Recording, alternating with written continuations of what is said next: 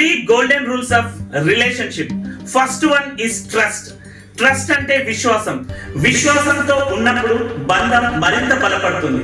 విశ్వాసం నిలబెట్టేందుకోసం చాలా సమయం పడుతుంది, కానీ పోగొట్టుకునేందుకోసం ఒక్క క్షణం చాలు. అలాగే రెస్పెక్ట్. ప్రతి ఒక్కరూ వారికి ఎదుటి వ్యక్తికి గౌరవం ఇవ్వాల్సినటువంటి అవసరం ఉంది. వారి యొక్క అభిరుచులకు, వారి యొక్క అలవాట్లకు ప్రతి క్షణం కూడా ఎప్పుడైతే గౌరవం ఇస్తామో బంధం మరింత బలపడుతుంది. థర్డ్ వన్ సహనం. సహనంతో ఉన్నప్పుడు ఎన్నో సమస్యలకు పరిష్కారం లభిస్తూ ఉంటుంది.